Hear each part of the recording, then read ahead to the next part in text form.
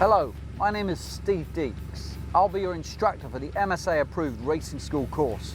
In this film, we'll look at all areas required to pass your National B racing licence. We'll focus on track technique and classroom theory. So climb aboard, join me. Motor racing must be one of the most exhilarating experiences in the world. High speed, high tech and glamour. By applying for the Go Racing Pack, you have taken the first steps to obtaining your National B race licence and getting out onto the track. So what do you do next? Well, within the package is your race licence application form and a list of approved racing schools. Make contact with the one that you want to go to, and remember that when you attend the Association of Racing Drivers Schools course, also known as ARDS, you will need to bring your race licence application form. At the racing school, your instructor will cover the driving techniques, safety instructions and the rules you have to learn in order to pass. The school will then supply you with a helmet before you take to the track, where your driving will be assessed with an emphasis on correct technique and an application of the classroom teaching, not speed. Upon returning to the admin centre, you'll have to take a theory exam. You pass the ARDS test by successfully completing the theory exam and your practical driving assessment. It may all sound a bit daunting, but don't worry. Later, in part 1 of the video, we'll cover all the points you need to learn in order to pass. Plus, nearly all the information can be found in your MSA yearbook, or the Blue Book, as it is more commonly known. This is a complete compendium of regulations, procedures and technical details of all UK motorsport. It is also the reference book used by officials and race organisers when settling a dispute. So as a competitor, it is vital that you have a good working knowledge of the sections that apply to you when you start racing. Once you have successfully completed the ARDS course, you will be able to apply for your first race licence, a National B, which will qualify you to race anywhere in the UK at a national level.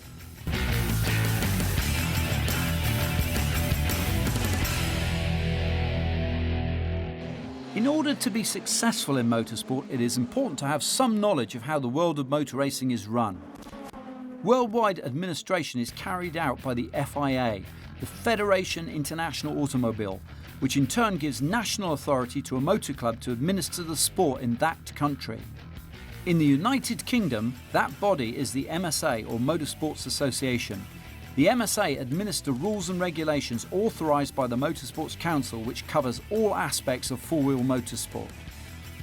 It may seem like a lot of organisation, but there is probably no other governing body in the world which provides a degree of control which motorsport requires over a huge range of activities, from karting through to Formula One.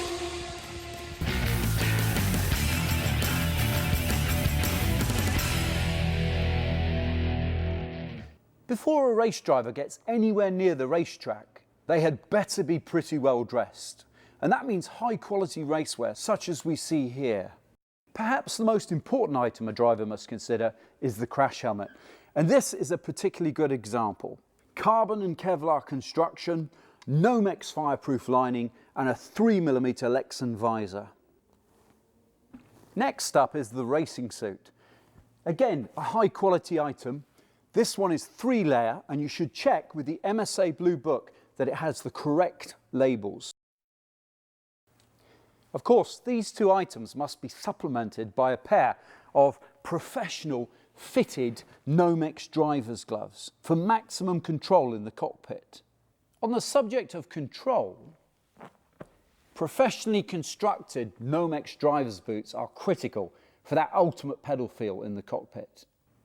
Of course, an intelligent driver would also invest in a set of fireproof Nomex underwear and balaclava for maximum protection. Frontal head restraint devices.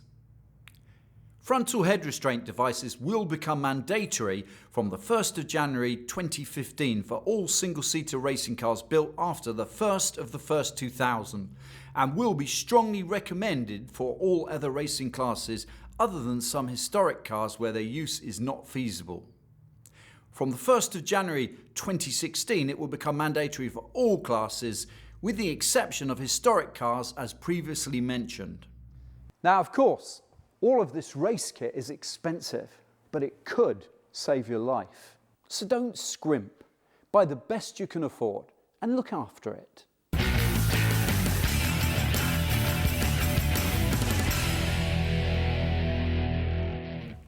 Getting the most out of your car on the racetrack requires that we spend some time getting our driving positions spot on.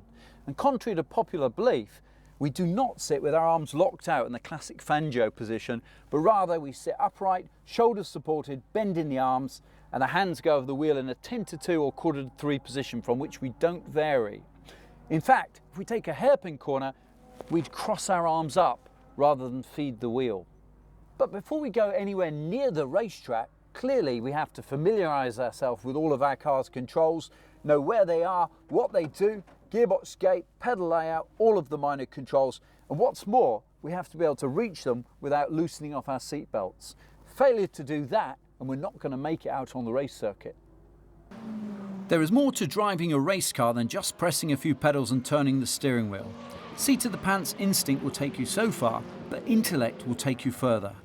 Watch a professional at work and you will see that they are focused on the job in hand long before the car ever turns a wheel in anger.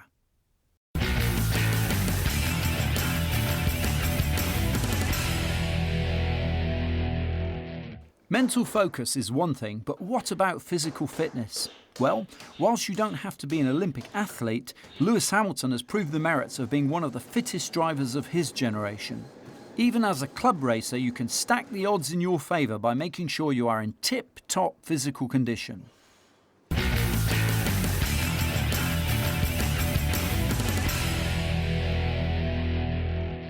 MSA rules cover pit discipline.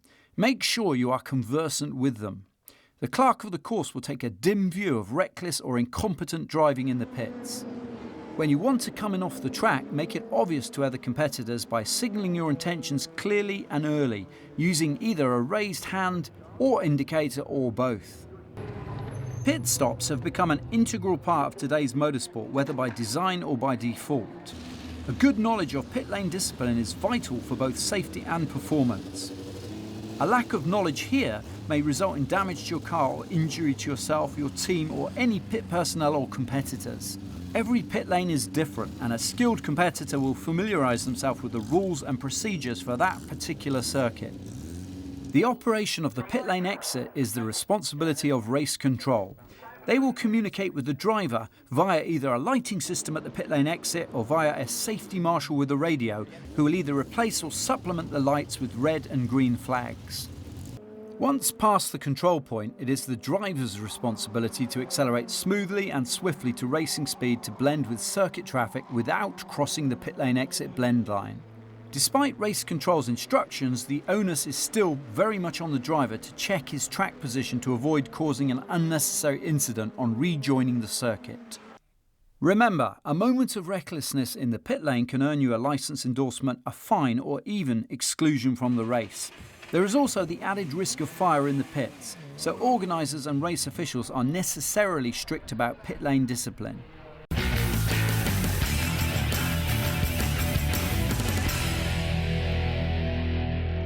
On circuit, you should strive to perfect technique.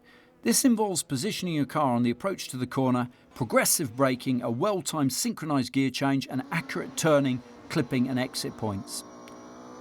Controlling entry speed is critical because you must be able to get your car turned in precisely, enabling you to accurately clip the apex of the corner.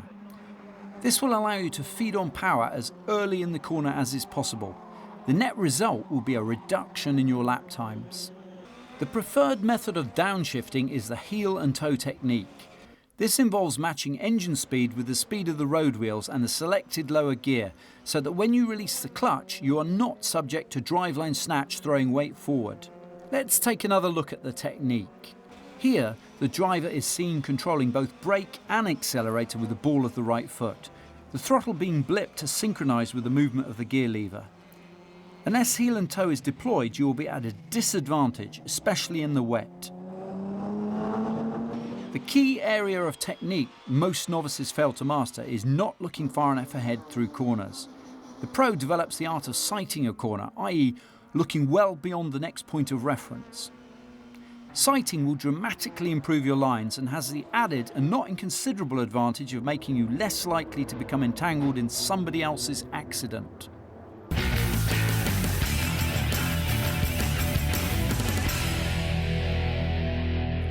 Of course, driving on the limit involves a certain amount of overstepping it, and this can result in you having to cope with a number of different handling imbalances, often several times on a single lap. Two terms with which you will quickly become familiar are under and oversteer. You need to know how to recognise these characteristics and react to them. The ability to handle a sliding car will limit your ultimate potential. The approach to a corner is critical. Locking up on the braking can destabilise your car and provoke loss of control. Plus, it can lead to entering the corner too quickly at the turning point, promoting the handling characteristic known as understeer. This is obvious in this demonstration of overdriving, as the front wheels are describing a tighter radius than the car is able to take. Understeer leads to a car running out of road, and the way to correct the slide is to reduce both throttle and steering input. Oversteer, on the other hand, is a situation where the rear wheels give up their grip. The driver must have their wits about them. Only speed of correction will prevent oversteer developing into a spin. Opposite lock should be applied in the direction of the slide, matched with either a reduction or application of the throttle, depending on which triggered the oversteer. Here we see the driver synchronising the angle of tail slide with steering lock, and when the slide has been checked, winding off the opposite lock to avoid an overcorrection. Car control is a skill that can only be developed with practice, but beware, it can prove to be an expensive skill to master. The trick is always to look in the direction you want to be going, regardless of where the bonnet of your car is pointing. If you look off the track, that's where you will drive.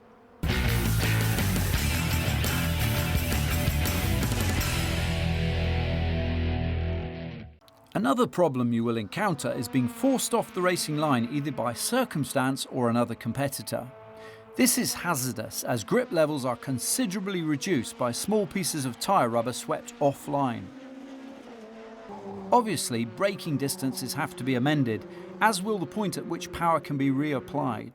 Failure to make allowances may mean loss of control, and even if you don't spin or crash, it will lead to a loss of momentum and hard-won race places.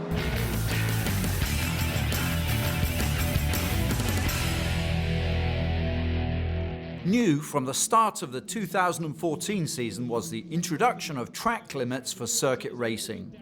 Drivers must only use the track at all times and may not leave the track without a justifiable reason. The racing circuit is defined by the white lines. These white lines are considered part of the track, as is the alternately painted curbs. A driver will be judged to have left the track if any wheel of the car either goes beyond the outer edge of any curb or goes beyond the white line where there is no curb. As you can see from this footage taken from Old Hall Corner at Alton Park, this single-seater has gone beyond the white line and will be liable for a possible penalty, whereas this competitor has exited the corner as per the regulations. In qualifying, a report is received, and where it clearly shows the driver has gained an advantage on the lap in question, i.e. a faster lap time, then the lap time will be removed. In races, a rising scale of penalties will be applied according to the number of times a competitor is reported to have exceeded the track limits, as follows. Second report, black and white warning flag. Third report, 5-second time penalty. Fourth report, 10-second penalty. Fifth report, drive-through penalty. Sixth report, black flag.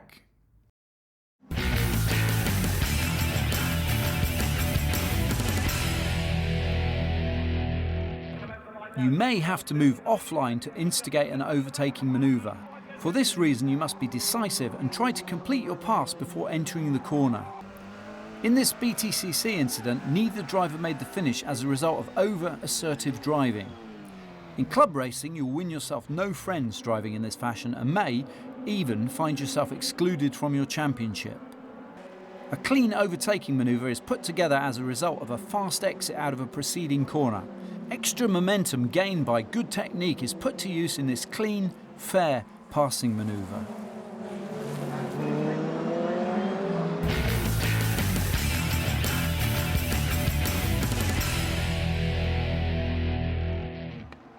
Leaving one's braking impossibly late, however, is no guarantee of being able to claw back time on the well-driven car of another competitor. In fact, out-braking yourself is one quick way to exit the race. If you leave the circuit as a result of being forced off by another competitor or because of a driving error, there are certain actions you need to take in order to remain in control.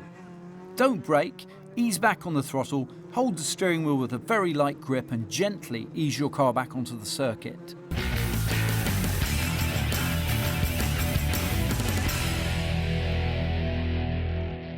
Your objective should be to establish a high-speed rhythm. As the mechanics of race car control become second nature, you will gradually become more at one with your machine. Only experience can develop this, there are no shortcuts. To achieve this rhythm, you should consciously be very smooth with all control inputs, making seamless transition from accelerator to brakes and back. If you are harsher than is necessary, you will unbalance your car and lower the speed at which the limit is reached. This applies equally to your steering and your gear changing technique.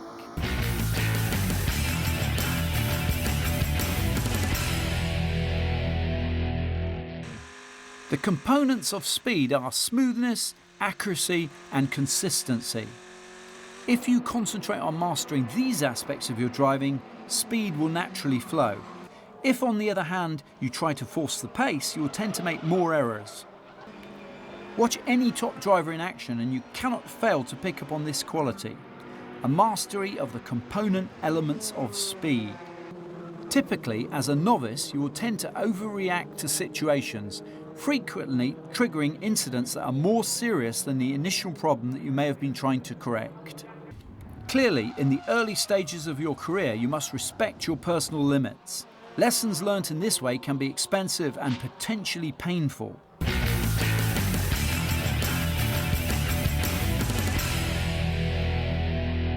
Whilst not needing to be an engineer to be a racer, you do need a basic understanding of chassis dynamics to make your car work for you.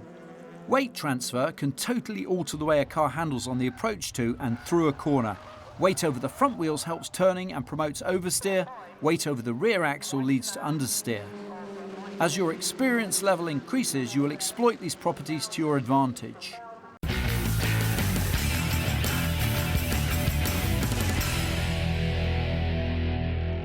Having chosen to race in the United Kingdom, there is at least one certainty concerning your racing career: you are going to get wet. Mastering and even enjoying a wet track can give you an edge over your opposition. Rain creates a unique set of challenges, the key one of which is visibility, closely followed by loss of grip and traction. Many circuits have an advantageous wet line where, because of drainage, track camber or rubber deposits, your normal dry line is no longer the quickest. As the circuit begins to dry, you will find it at its most treacherous, with sudden destabilising changes in grip. In this situation, the fastest time will come from seeking out the driest line, and this can change lap after lap.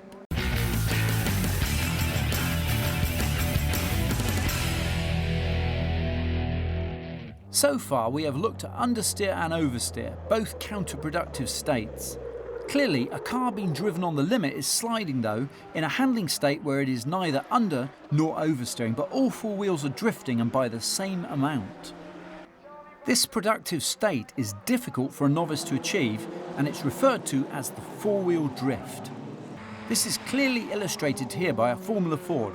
The front wheels of this car are parallel to the rears, but the car is not just travelling forward, it is also sliding out from the apex in a controlled manner. Finally, a study of trackcraft would be incomplete without a look at the spin, because yes, even when you have lost control, you still have work to do. Damage limitation is the key. When you pass the point of no return, you should remember, brake hard and declutch. When the car has come to a stop, select first gear, check the track is clear and then rejoin. Flag signals will be used throughout your racing career. They are the one discipline you will find more or less constant worldwide. Understanding their meaning forms an important part of any racing driver's knowledge and will be tested on the flag section in the exam paper. So let's take a look at all the flag signals along with their track position.